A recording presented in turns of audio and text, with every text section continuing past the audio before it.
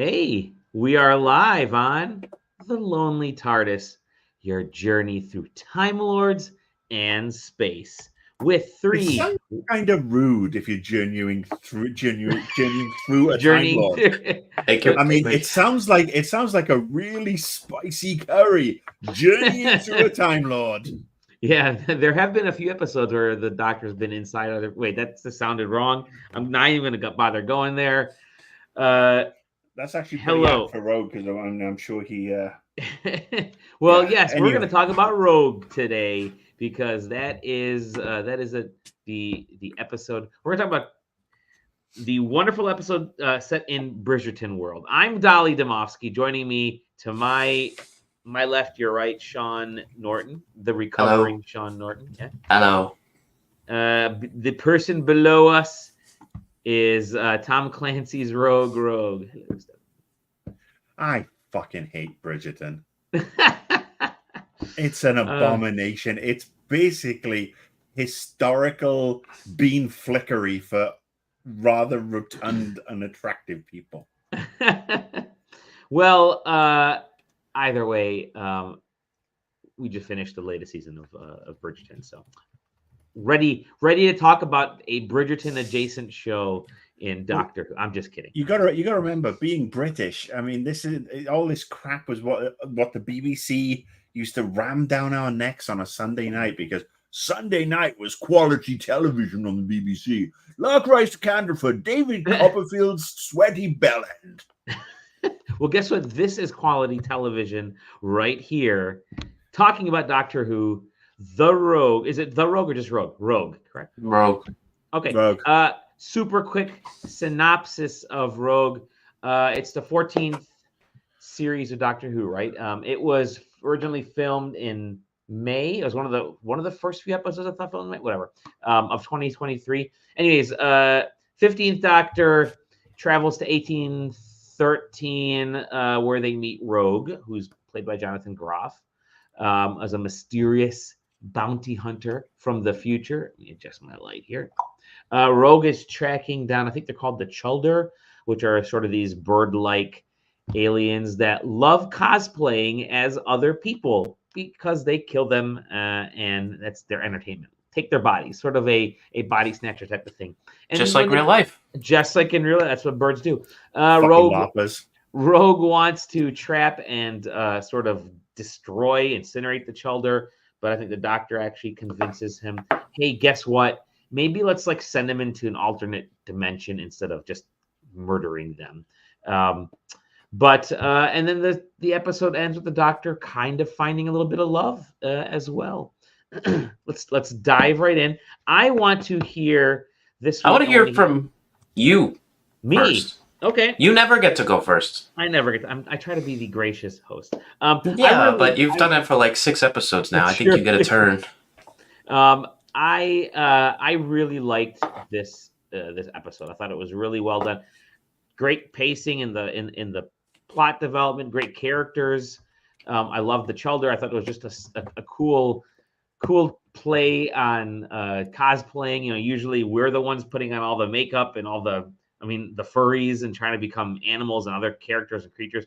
And in this case, the other creatures are trying to become boring ass humans. And so I thought it was a cool spin on the whole situation. Obviously, Bridgerton is that whole era, that whole idea is sort of hot right now in pop culture. So capitalizing on that, I think was good. And then really just Jonathan Groff was fantastic in this. I loved his character as the Rogue, and I thought having the Doctor finally get like their connection, their chemistry was instant in this episode. They did such a wonderful job of how they interplayed with each other, and a lot of back and forth, a lot of little jabs. And then you see that spark almost instantly, and that spark definitely develops. Really amazed at how they were able to get to show sort of a love story or a light relationship happen in such a short amount of time with storytelling. I think kudos to Russell T and the team for being able to accomplish that. But yeah, I think it was a really fun episode. Definitely set up a couple things because you get into the whole multi-dimensional astral dimension stuff, and you also got a full-on, gay kiss on Disney, which you'd never see before, but they went for it. They did it. They showed true love and relationship status stuff that you don't see on I think television. you've seen I it. thought it I'm was sure great. they're on. I mean, there is a lot of stuff on Disney, especially via. There Hulu. is now, yeah. I think. I mean, it was the first time we've seen it in Doctor Who. And I think Yeah. I was going to get to that too. Yeah, and for Disney really taking on Doctor Who this year, I think I kind of feel like they did have a hand in saying just push the limits a little bit. It's okay to do it, and I think because Disney has been more open about showing different types of relationships, more diversity, more story stuff that's valuable for storytelling, and this fit right in. And I think it was great. Story was great. Characters are great. Kudos to them. I really enjoyed the episode. All right, there you go. Those are my thoughts. Yeah, I think with I'm Disney, done. See you guys. No, just kidding. So there is no Hulu in the rest of the world, only in the US. So all the Hulu content, Only Murders in the Building, all the great Yes. like Shogun, all that stuff has been on Disney Plus directly. Okay. And all this, I mean, now they're starting to do away with Hulu in the US.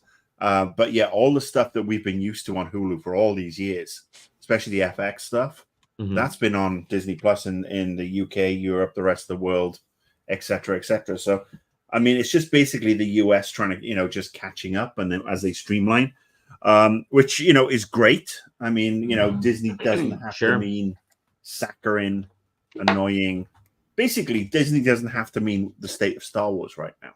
Yeah, because Doctor Who is way more enjoyable and exciting and edgy, perhaps, than even really is, than the Star Wars stuff. I mean, I've been watching The Acolyte, and it looks like they're just ticking boxes, and they forgot to make the characters a joy to be around, which is a shame because I mean, we all love the Star Wars, but yeah, sorry, I wanted to just sort of share that. Well, since you've been sharing, tell me, Oh. you were talking. Go ahead. Tell us about your thoughts on this episode. Just initial thoughts here. Look, the period pieces always leave me cold. Sure. And that's just because of who I am, how I was raised. You see, it's for a lot of people, it is the Bridgerton effect. It's the Downton Abbey effect. It's like, oh my God, isn't this wonderful? But you got to remember that the people who were at these things were basically rich, elitist bastards, all of them.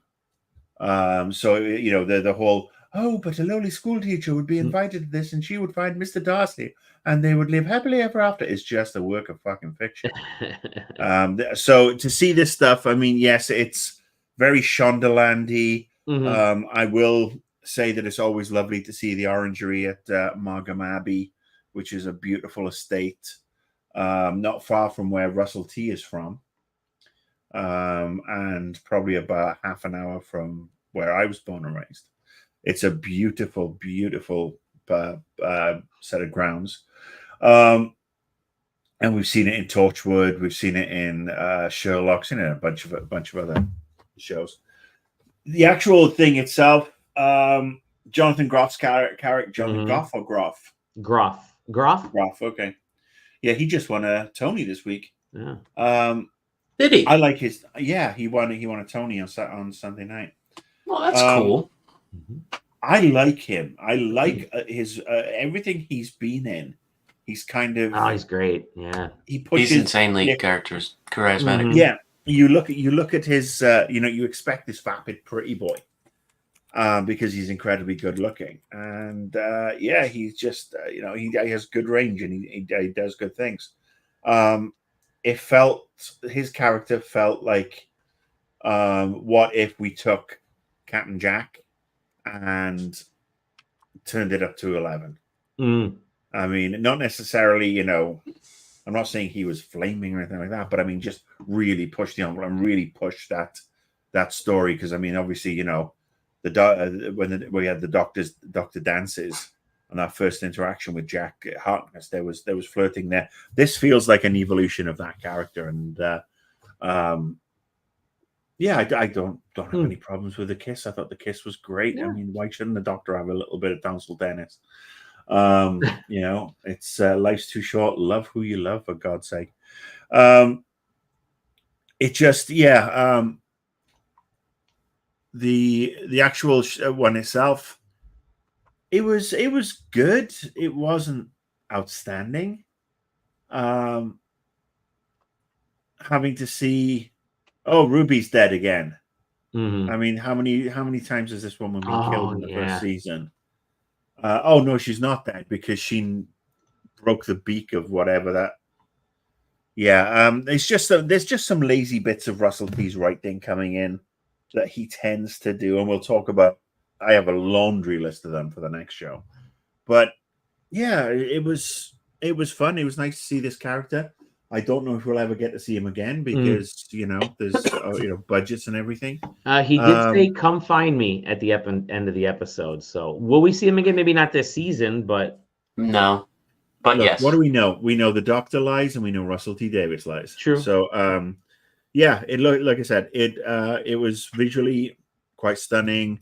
Story was cool. We got a new BT Birds enemy that they weren't very scary. I mean, it literally, the whole cosplay LARPing thing was, it honestly looked like a bunch of, the costumes and the makeup on these aliens was obviously great, but at the end of the day, it still felt a little, it just felt LARPy. It did. I mean, and every aspect of it. I mean, I really didn't. It seems like at times Russell T Davies is out there to just say, "Oh, aren't I big and clever? I'm going to have two men dancing just to shut everybody else up, and I'm going to turn it into a plot point to distract everybody." Sure. And it just felt like a waste of that. I mean, especially as these guys have had a connection from the moment they met. I mean, I will counterpoint the dancing scene, which was really just weird and out of place, to the thing in Rogue's ship where they're just doing the play with the music and the Doctor's using his sonic. That was a fun scene. Beautiful scene. That was a blast. That was flirting. That was two people who were obviously into each other. One being very frustrated, the other one just being, having fun, just winding and needling. And that was absolutely spot on and great. And it's just after that, it just felt a little. And we all knew that as soon as Ruby wasn't dead and Ruby got trapped in the Roach Motel flypaper thing, whatever the hell it is, that she wouldn't die, that Rogue would jump in, and that you just telegraph that ending. And I think that's the problem right now, is that we're not seeing any peril with the characters. We know they're going to live to fight another day every week. So stop putting Ruby in peril, stop putting the Doctor in peril. Actually create some extra characters who we do have we can develop an attachment for, like Rogue. And then not to come find me, give us some of that. Because like, oh my God, can you believe they did that? Because it's like, oh, every time Ruby is supposed to be dead, I know she's in season 2. So yeah, it wasn't awful by any stretch of the imagination. It was, some of it was absolutely shining. Shooty and Jonathan Goff just played off each other so well. Much like David Tennant and Shooty played off Neil Patrick Harris in The Giggle. That really worked well.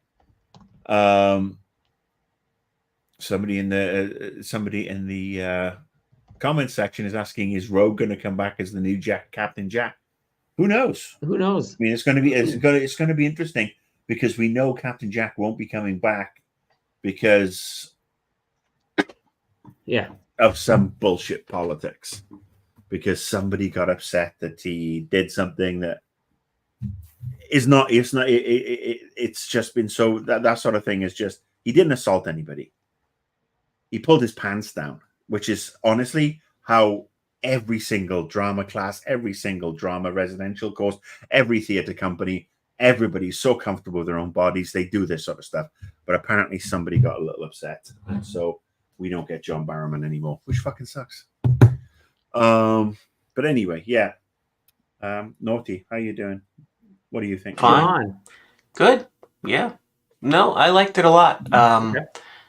I understand where Marcus's perspective is coming from. I sometimes wonder if I was just so burned out by Chibnall's era that Maybe. I am just like, if a story doesn't suck, and I actually like this a lot, but I'm just saying, like, if it doesn't suck, it is already like 3 stars by default for me. Yeah. Because it's like a return to like baseline Doctor Who quality. Right. And I wondered for a while if that sort of affected my barometer of enjoyment for these kinds of things. But I dug it. I thought that it was a lot more. It went really hard into camp, into like old school, like over the top campy Doctor Who. Like the minute they were like, it's cosplay, and we get off of cosplaying, and we're gonna consume everybody, and then turn to cosplay. Like what? But alien race gets addicted to television for the stars. A bunch of birds come to Earth and shapeshift because they like to cosplay. It's goofy shit, but it was, and they're time travelers, yeah. Which, by the way, keeps getting glossed over in this show. Like, there's a lot of time travelers that no one even talks about. Like, we just deal with these things in the far future, the far past, and time travelers show up in it. Back in the day, it used to be like, wait a minute, this is like a filthy or a dirty way to time travel. This isn't right. Now it's just like, well, there's Rogue and there's the bird people and then there's whatever else. So it's like, it's interesting. But I guess we just accept it now that there's a bunch of time travelers out in the last half of the universe that's still remaining. I don't watch Bridgerton, so I didn't appreciate those tie-ins, but my wife did very much. The musical, the composer, all the homages, stuff. Apparently, some stuff was lifted right out of that, and right out of like Pride and Prejudice and Gatsby and everything else. So it was like they had the choreographer and one of the costume designers. I think because when we all sat down and watched the Doctor Who Unleashed. Yeah. Because we actually met last week. This is why we're a bit behind. We all got to sit on my sofa and share pizza, the 3 of us, and it was actually quite wonderful. We fed each other. It was very great. Very sensual in a friendly PG way. Yeah. Yes, and afterwards they left and said, "Find me." We did, and then we vanished into the night. I liked it a lot. I thought the charisma was off the charts. Dolly, to your point, they made it a compelling love story, or in 30 minutes or 40 minutes or whatever it was. Obviously, it's rushed, but we have a Doctor here that I like. I know it's bothered Marcus in some episodes of the past, excuse me, but he wears his heart on his sleeve, which I've never seen in Doctor Who before. The closest you ever got was, some of the friendships with some of the companions, but the last time anything romantic was Dave or Ten and Rose at the end of both of the first time and the second time. We had River. Yes, but especially they did things. They did things in River. You're right. You're right. But it was not outward from the Doctor in terms of emotion and romance and kisses and like hardcore flirting. Like, come away in the box for me and everything else. Like, it was different and it was fun and it was modern and Ncuti continues to kill it. And anytime he gets to work across somebody with that much charisma and acting chops is just stratospheric. Yeah. And they were bouncing off of each other. So I absolutely understand the comparisons to old Captain Jack, new Captain Jack, whatever. He'll be back. He'll be back. I mean, the reception to his episode was phenomenal. Everybody loved him, even if you didn't love the bird people or the the Bridgerton or whatever. Like, you just don't get a lot of that. We're a 1-to-1 with actors like those two, and you don't leave them open like that to come find me. He could totally be in the new Jack. He could be the new River Song for the duration of Ncuti's run. It was good. You make an interesting point about the companion in peril thing. That's hard to do in this show because anytime that's never going to happen until the finale, and that's if a companion is leaving. So I do think it's hard to do that. So I understand your point about, like, let's find other reasons, like let's find other people, let's find other things to save or do. But it also gave us the first glimpse at this Doctor's dark side. And so that's why I was more okay with it. Where he's like, how long do they live? And I think Rogue said something like 600 years. And he goes blank faced and he's like, that's a good amount of time to suffer.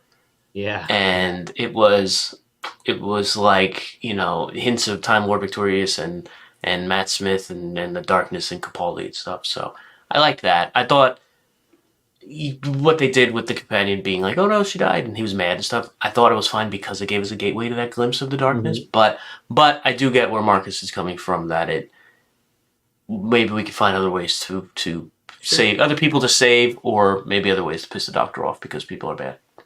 I want to bring up real quick about the setting again. This season, especially, Doctor Who has done a lot of these sort of I don't want to call them themed episodes, but definitely these bombastic genre episodes, right? You had the music episode, which is set in the Beatles era, and it's all about music and had a musical number at the end. You have this show, which this episode has music, obviously has the whole Bridgerton spin.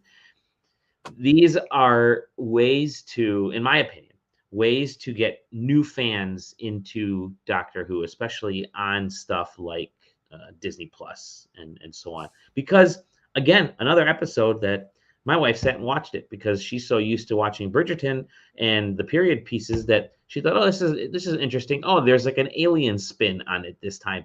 And I thought, that's cool that she's now watched. She had never watched Doctor Who with me in the past. It was just a dude in a blue box that shot a little sonic screwdriver and murdered Daleks or whatever. That was it. That's all she knew of Doctor Who. So this season, she's actually watched 2 or 3 episodes that were, in my opinion, whether the episodes are great or not, they engaged her in ways because it wasn't a quote unquote traditional Doctor Who big sci-fi episode. But and you know, was it the girl in the fireplace? Is it it's a similar one because it's sort of a set period piece type of thing that has little bits of sci-fi in there. So I think these are needed right now because the previous couple seasons with Jodie's Doctor just whiffed over and over again with Chibnall. He went too hard into getting this. I want to talk a little bit about the emotional Doctor that we have now. Jodie's Doctor was just stoic the whole time. Never showed anything except happiness. Like, oh, this is great. Let's go check this cool bit of history out. And it's like, okay, yeah, we get it, but bad things do happen too. And this Doctor showing emotion over and over again, I think, is also a great thing because new fans who are viewing these shows for the first time are getting this world expanding, these set pieces, and they're also getting a Doctor that's reacting to the emotional side of things. So I think it is good for new fans. Now, will that go forward? Will these people stick around? I don't know, but if you're chilling at home on a Friday night and you want to watch something that's a little bit geeky but still has a cool little background to it, there may be something that opens up more to more fans. It may get more eyeballs. You make a good point, Ali. Just a super quick touch on that. We don't talk about it a lot. The effort that's probably being done to expand the audience beyond this is a reboot of Doctor Who, full reboot. Beyond people like us. And obviously there's millions of us, but there's potentially millions more who have never watched it or never cared about it, like your wife or anybody else. And so we talk about, whether or not the episodes resonate with us, whether or not we like Bridgerton or not, but we don't really often frame it through the perspective of if someone is coming in from Bridgerton or period pieces or whatever, this could be a stepping stone for them. Like, this could be a launching off point. And so it's interesting to think about. And I'm curious. I'd love to see a breakdown in ratings after the season concludes. Mm-hmm. We know what the overnights are, then we know what the 7 days are, like general audience. Rogue has gone. They just announced today the Rogue is better than 73 yards, better than some of the other ones. Yeah. But I'd love somebody somewhere to break down demographics too. Are we seeing increases in women at certain ages? Are we seeing increase in youth, 18 to 24 or 12 to 18? Like, I'm really, really curious if somebody's going to analyze this after the season's over, with this reboot, with the access that Disney gives to them, I'm just really, really interested in seeing those audience numbers broken down by demographic. Yeah. That's a very interesting point, Sean. And let me rebut with the following. I don't give a shit about opening up Doctor Who to new people because, and I'll tell you why. This trend that we've got this season of the themed episodes, it feels gimmicky. Okay, it really does feel gimmicky. Now, we are going to talk in the next episode about various things, and I've got a laundry list of things I want to raise. But yes, it's great that somebody watches and everything because they're coming in from Bridgerton. But if they're coming in from Bridgerton, they're not really going to stick to watch the sci-fi at the end of the day. And the problem is, the more you get these people crossing in from somewhere else, like, well, I only want to watch it if they do Bridgerton episodes. Why don't they do Bridgerton episodes? Let's get that trending on Twitter. So let's get Doctor Who and Bridgerton, blah, blah, blah, blah, blah.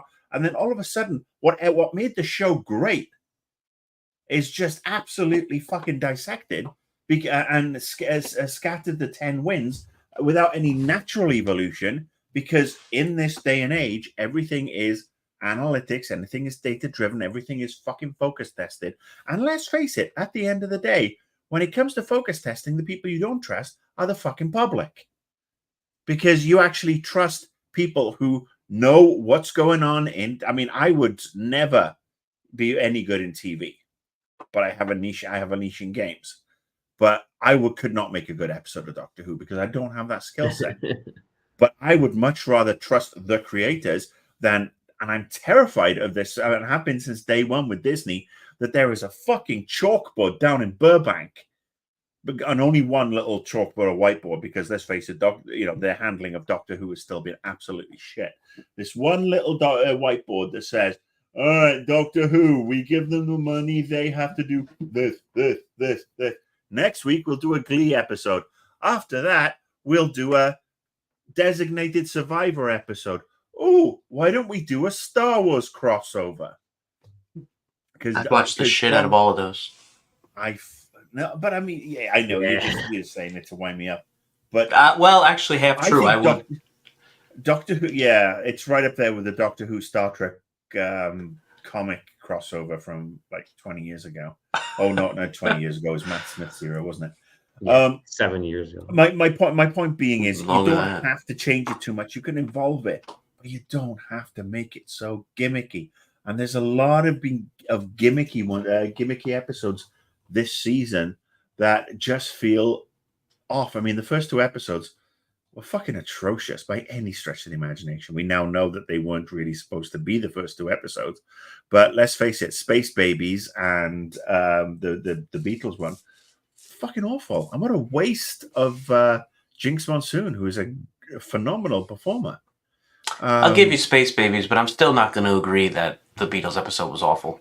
It was fucking awful because the other thing is they actually hired 4 people who didn't look anything or sound anything like the Beatles. I mean, come on. You might as well have just called them the fucking Rootles and had Eric Idle doing it. But the Beatles and Mavity, yeah. Yeah, exactly. I just don't need this gimmicky stuff. I really don't. I would just like them to go back to having these episodes. And I actually say one thing, Sean, and I'm going to, please don't think I'm defending Chibnall. Careful. But with Jodie, careful. Jodie was caught between a rock and a hard place. The rock being shitty scripts. The hard place being, she's a woman doctor. If she shows any emotion other than, oh, by gum, look at me, I'm perky. All the dinosaurs are going to be screaming, oh, they turned the doctor into a girl. She's just crying everywhere. She's on the blob, this, that, and the other.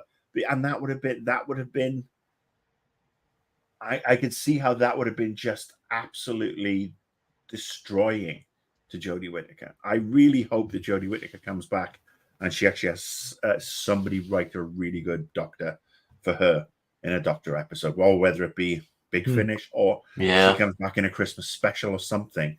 She deserves to come back and have a run written by have an episode, whether it's a feature length episode or whatever, where she could be the Doctor with Ncuti, with whoever, and she can actually just really run the fucking gamut.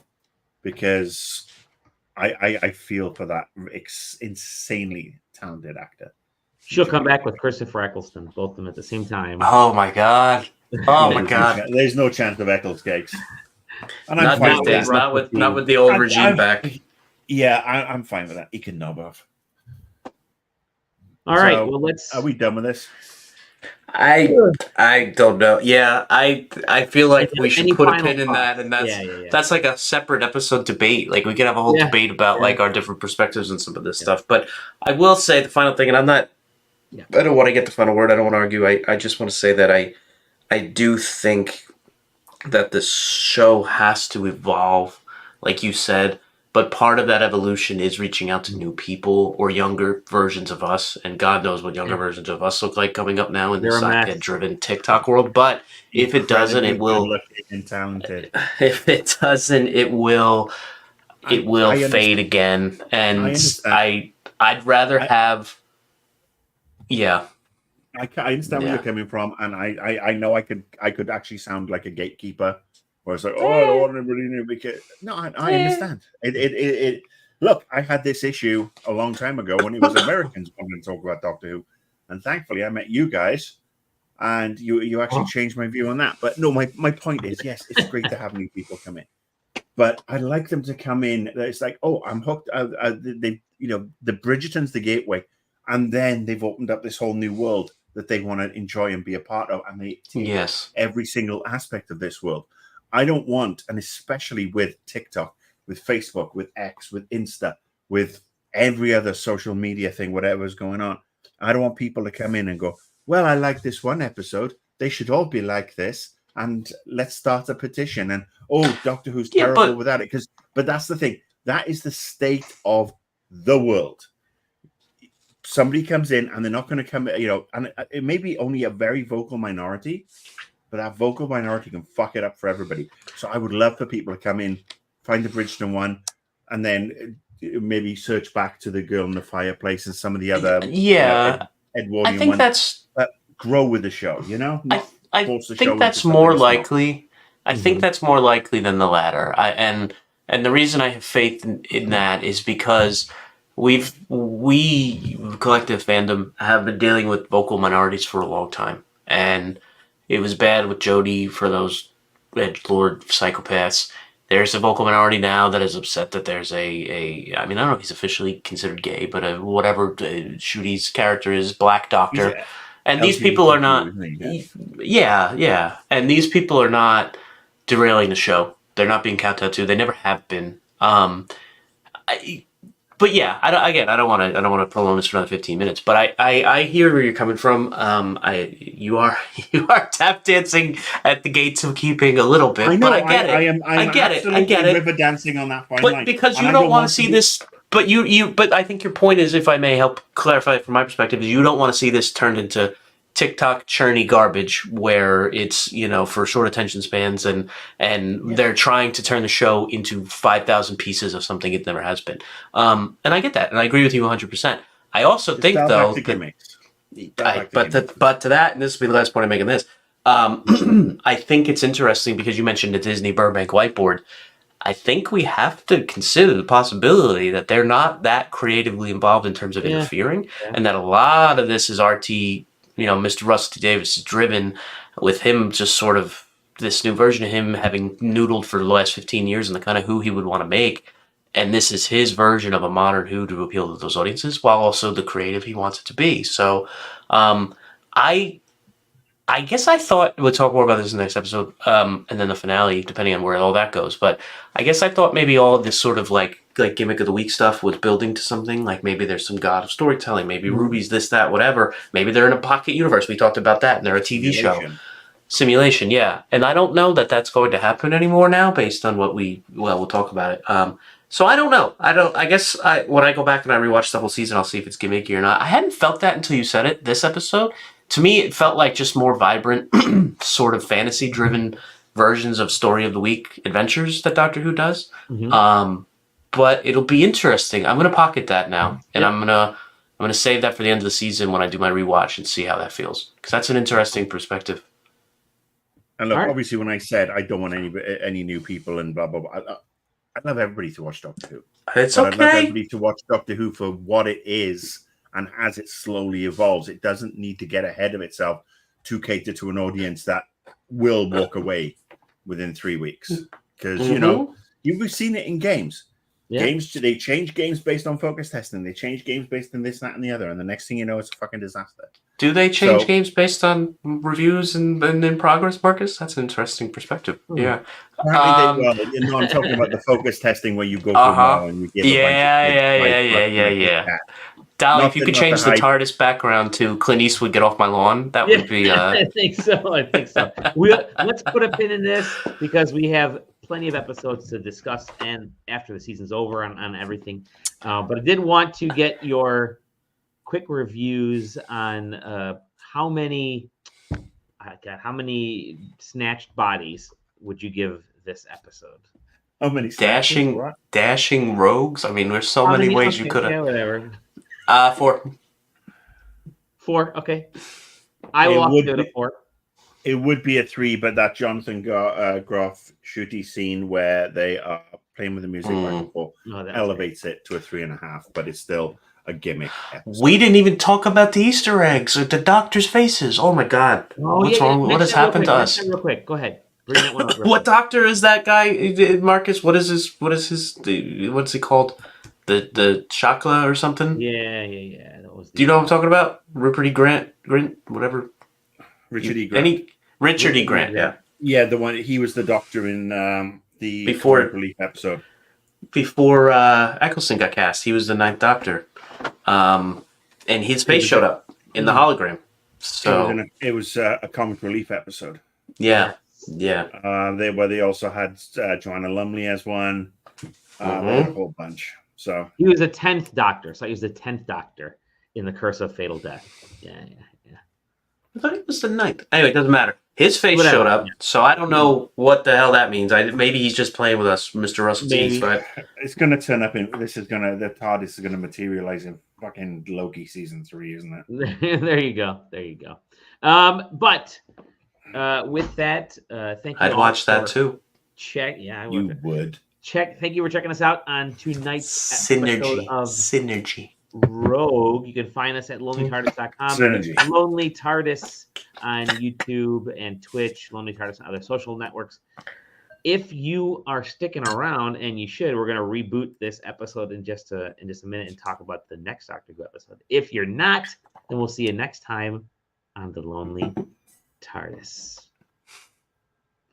Ooh, keeping the gates. Get